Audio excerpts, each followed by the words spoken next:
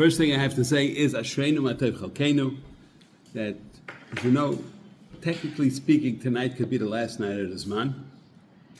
And I thought maybe of making tonight the last night. Rosh Chodesh Shabbos is already Sunday night. And I asked the Olam what they want to do. And Ke'ish Echad, B'leiv Echad, everybody said, no, we want to come to learn. So I have to say, Ashreinu Matov Chalkeinu, to be part of this Chabura, that everybody wants to learn and not Prava Ben Azmanim. So, Baruch Hashem.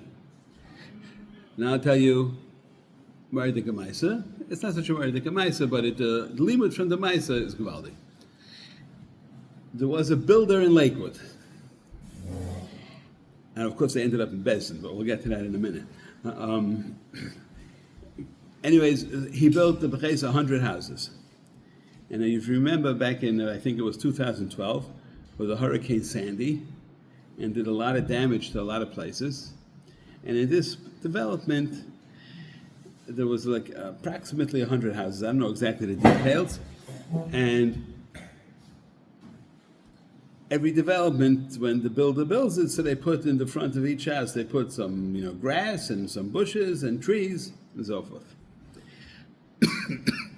When Sandy came, so 80% of all the trees that were planted got blown down. So, Pashas, I would say, if somebody told me such a thing, of course, you have a big hurricane with crazy winds, so it's going to knock them down. But the guys who bought the houses in the development said that 80% of the trees fell, because 80% of the trees that you planted were garbage, 20% of the trees that you planted were good, and they went to Bezdin saying that they want to be reimbursed for their trees. And so when I heard this, I said, only in Lakewood. But anyways, so they took the builder to Bezdin. So the builder came to Bezdin and says, listen, I don't know. I gave it to a landscaper. I didn't plant the trees myself. But let's call the landscaper and see what he has to say. So they called the landscaper down. So they want reimbursement for 80 trees, a lot of money. And so they talked to the landscaper. The landscaper says, I have to ask you one question. How many people in the development had sprinkler systems? So it turned out that about 80% of the people had sprinkler systems. So the landscaper said, I'll tell you what the pshat is. Those people who had sprinkler systems and watered their trees every day, the trees have roots.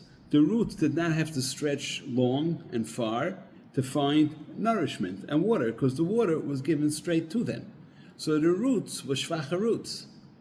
Those people who didn't have sprinklers, who didn't water the trees, their roots had to work much harder and grow much further and stronger to find their water.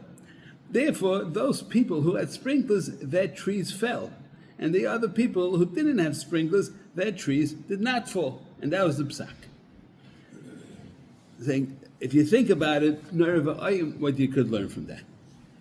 And just to give a few mashalim, in order for somebody, I think in Nazi Germany they say something similar, that the people who survived were the people who were not rich. The people who survived were people who lived bedachkos, because they learned how to survive with less. The people who were rich and always pampered, soon as things didn't go right, they were sleeping in a place with no carpet and whatever, there was no running water and the heat wasn't just right, so then they died first. But the people who were used to dachkos and getting by and learning the ropes how to survive, they survived much more so than the people who were brought up wealthy. Klal Yisrael, in order to go to Eretz Yisrael, which Eretz Yisrael is a very hard land, right? So the Rebbeinu Shalom put them through Nisyonos, 42 stops in the Midbar, in order to make them starker, that when they get to Eretz Yisrael, they'll be able to be stark enough to survive Eretz Yisrael. And that's why they had to go through Mem Beis Masais. So what's the yichus of the Mem Beis Masais?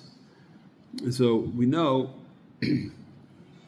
steht in Pasuk like this. It says, Pischu li Sharei Tzedek. Open up the Sharei Tzedek. How do you open up Sharei Tzedek? Avay Vam. What's Avay Vam? What's the gematria of Avay? It's 10. Right? Avay. Avay Vam. Avay is 10, no?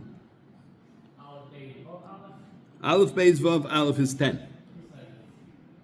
The Pardos remind him. I'll tell you what it says. Huh? As I state, you can look at it, I'll show it to you afterwards. And Avay Vam, so what's Prat 10 is the 10 spheres.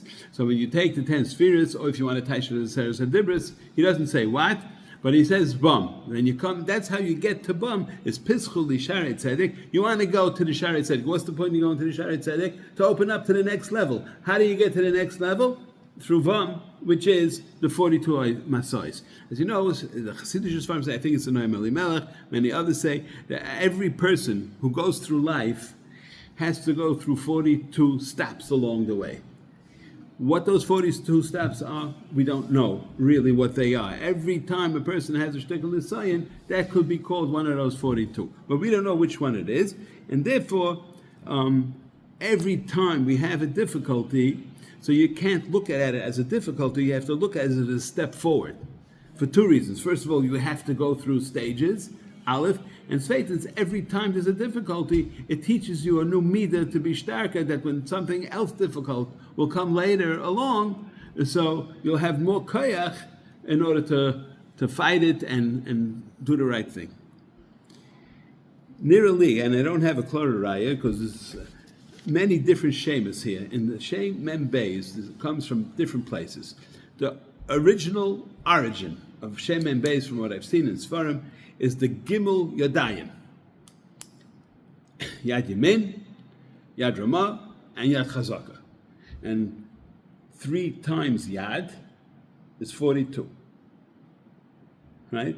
So 3 times Yad, those 3 Yadais will help carry you up to the next Madrega. As I state, you have 3 Yadayim, it carries you up to the next Madrega. Now that's the origin, but the Shem and Beis has many different parts to it. We have, is the first 42 Isis and Pashas Bereshis, right? And then you have Keneged, you have the Anabekayach. There's 42 Isis and Anabekayach, of which there is Shaila if it's 42 Shemis, or if it's really only 7 Shemis with 6 letters each. But most of the Mekubalim seem to be saying that there's 42 separate Shemis. And even if you go with those 42 Isis of the Anabekayach or the Bereshis Bara, you have in each one has many, many different shemas, because you have it as an albam, as one chiluf, you have it as an atbash, you have it as an ikbechar, and then you have the kaidmais, which means you move every ice one further away from the aleph, and then you have the chayzer, which is each one goes closer to the aleph.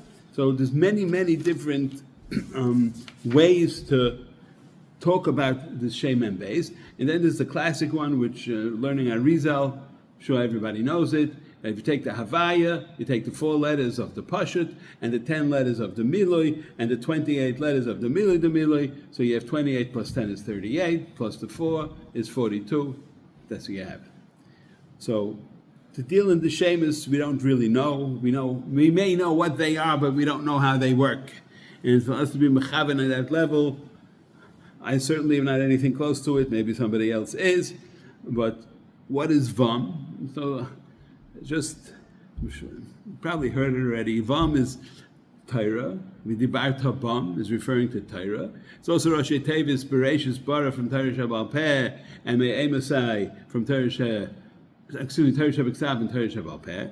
It's also, as a vitz more so, it's B'chol Mokayim, Rashi Tevis B'chol Mokayim or B'chol Matzav, that you have the Dibarta Bam. So the limit is basically that Rabbeinu Shel Olam never does anything, never gave any lav or any assay that's not for our benefit. We may not always see it, but he only gave it for our benefit. So Klal Yisrael was screaming in the midbar, you're not giving us food, you're not giving us water, you're making it so hard for us and everything else. And what was the point in it? Why should he make it hard? Just put them on an express chartered plane and fly them over, right? Because then they're going to get there, and it's a difficult land, and they're going to chalish, and they're not going to be any kiyum to it. So therefore, he had to give them dafka the extra training, I would call it, rebegelt, as they say, to make Klal Yisrael much stronger in order that it should be able to be zoich in Eretz Yisrael and keep a kiyum in Eretz Yisrael, obviously only al pi Torah. And on that note, this is the Eis Tzar Yaakov. Of course, Pashas, it comes from the wanting to be mevatel Torah in Eretz Yisrael, from the Erev Rav, that Mirz Hashem, we should all be zeicher to see the Geula Shelema B'Karev.